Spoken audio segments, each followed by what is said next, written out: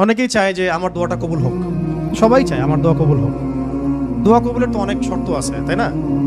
অনেকগুলো আমল আছে, শর্ত আছে, অনেক সময় আছে, এগুলো মোটামুটি আপনারা জানেন। তো একটা বিষয় আমি বলছি আজকে, একটা দোয়া আছে যে দোয়াটা, যে কথাগুলো দোয়ার শুরুতে বললে এই দোয়াগুলো কবুল হবে ইনশাল্লাহ, এই বিষয়ে আপনি নিশ্চিত থাকতে পারেন।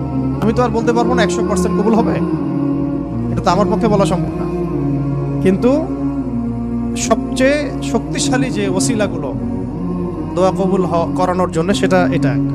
আল্লাহুম্মা ইন্নী আসআলুকা বিআন্নী আশহাদু আন্নাকা আনতাল্লাহ লা ইলাহা ইল্লা আনতাল আহাদ الصمد الذي لم يلد ولم يولد ولم يكن له كفوا أحد।